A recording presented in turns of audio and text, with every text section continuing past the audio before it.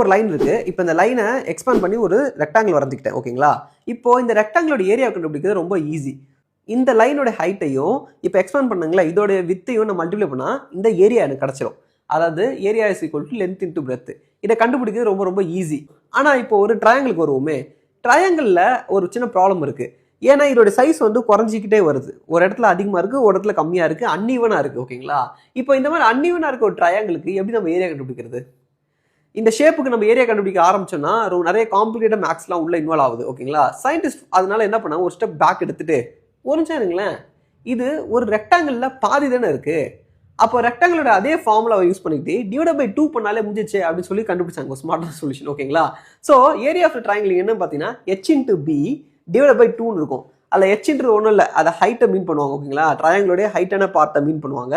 பின்றது அதோடைய பேஸ்மெண்ட்டை மீன் பண்ணுவாங்க. ஓகேங்களா? ஹைட் இன்ட்டு பேஸ்ன்னு சொல்லுவாங்க. ட்ரையாங்கிள் எல்லாம் ஒன்று தான். எல் இன்ட்டு பியும் ஹெச் இன்ட்டு பியும் ஒன்று தான் பேசிக்காக.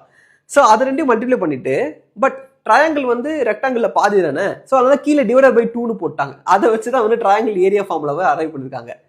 HP by 2.